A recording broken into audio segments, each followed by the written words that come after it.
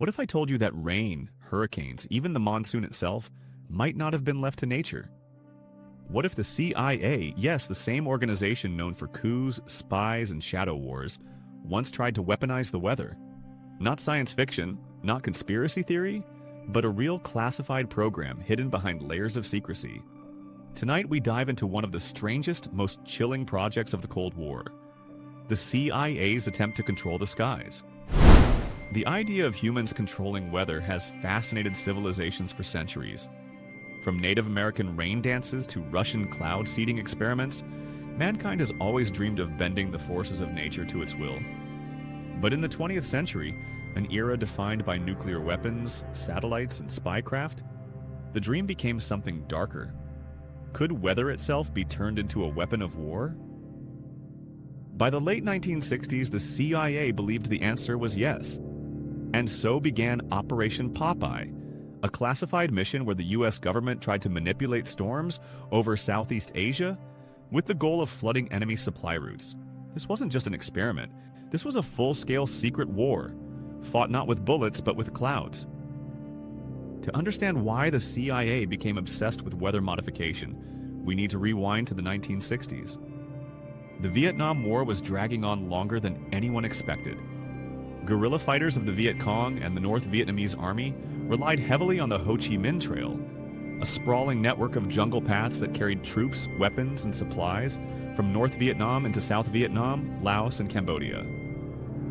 The US military, frustrated by its inability to cut off this lifeline, searched for new tactics. Conventional bombing didn't work.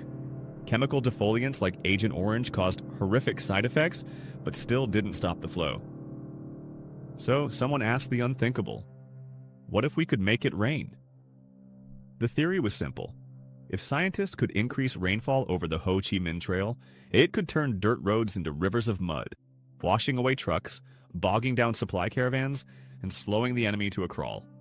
The battlefield itself would become the weapon. In 1966, the US military began testing what became known as Project Popeye. The idea was based on a technique called cloud seeding. Cloud seeding works by releasing particles, usually silver iodide or lead iodide, into clouds. These particles act as nuclei around which water droplets can form, increasing the chances of rain. Early tests were conducted over Laos. Military planes flew through cloud formations, spraying chemicals and, according to classified reports, successfully extended the monsoon season. Rain fell where it otherwise wouldn't have. Trails turned to swamps. Trucks got stuck in the mud. Encouraged by this, the operation expanded. For 5 years, from 1967 to 1972, the US military secretly seeded clouds across Southeast Asia. The official motto of Project Popeye became "Make mud, not war." But of course it wasn't that simple. Let's be clear. Weather modification wasn't invented by the CIA. Scientists had been experimenting with cloud seeding since the late 1940s. General Electric researchers even tested it over New York and New England. But weaponizing it? That was new. Here's where things got complicated. Cloud seeding doesn't guarantee rain. It only increases probability. It's extremely hard to measure success because natural weather is unpredictable. And the environmental consequences? Unknown. Still, internal reports claimed that rainfall increased by up to 30% in targeted areas. US intelligence called it a success. The problem? No one told Congress. No one told the American public. And certainly no one told the governments of Laos or Vietnam. This was a secret war against the sky. And for years it remained classified. The truth came out in the mid-1970s. A journalist uncovered leaked documents showing that the US had been manipulating weather in Southeast Asia. In 1974, Senator Claiborne Pell demanded answers, calling weather warfare profoundly shocking.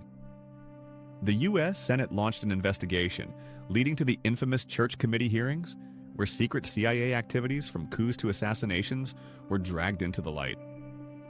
The revelation that America had literally tried to weaponize rainfall horrified the public. Imagine learning that the government could change the weather, not for farming or drought relief, but to win a war. Even worse, critics argued that this might have caused floods, famine, and suffering for countless civilians. all in the name of a war the US would eventually lose anyway. The scandal grew so large that it crossed borders.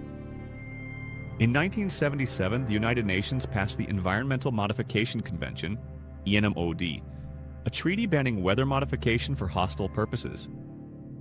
Nations agreed that floods, storms, earthquakes, and even climate manipulation could not be used as weapons. Think about that for a second. The idea was so terrifying that world powers had to officially outlaw it. Which means if it hadn't been exposed, who knows how far it could have gone? Hurricanes? Earthquakes? Entire monsoons turned into weapons? Here's the million-dollar question: did Project Popeye actually succeed? The CIA and Pentagon claimed it did. They boasted of delayed truck convoys, ruined roads, and disrupted supply lines. But skeptics argue otherwise. Weather is chaotic, and Southeast Asia already had heavy monsoons. It's possible that extra rain was just natural.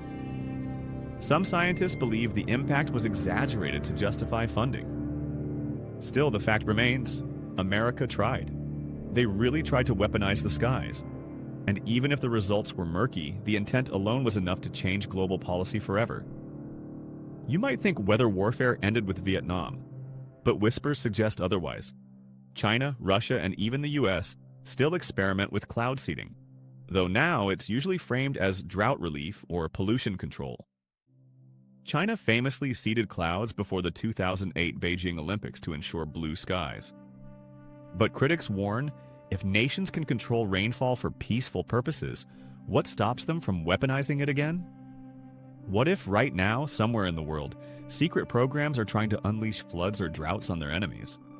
And with climate change already making storms more violent, the temptation to harness or hijack the weather may be stronger than ever. So what do we make of all this? On one hand, Project Popeye is almost laughable.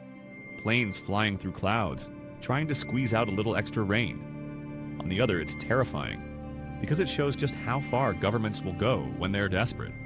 The CIA turned nature itself into a battlefield. And while they failed to win the Vietnam War, they succeeded in opening Pandora's box. A box where storms, floods, and droughts could be used as weapons. It leaves us with a haunting question. If we could control the weather, who should have that power? And could anyone ever be trusted with it? The story of how the CIA tried to control the weather is more than just a bizarre footnote in history. It's a warning, a reminder of what happens when human ambition collides with forces beyond our control. And here's the scariest part. If it was possible in the 1960s, imagine what might be happening today. Behind closed doors, far from the public eye. If you found this story fascinating, there's more where it came from. Strange history, hidden conspiracies, and the secrets they never wanted you to know. So make sure to hit that subscribe button, turn on notifications, and join us as we uncover the bizarre, the forgotten, and the unbelievable.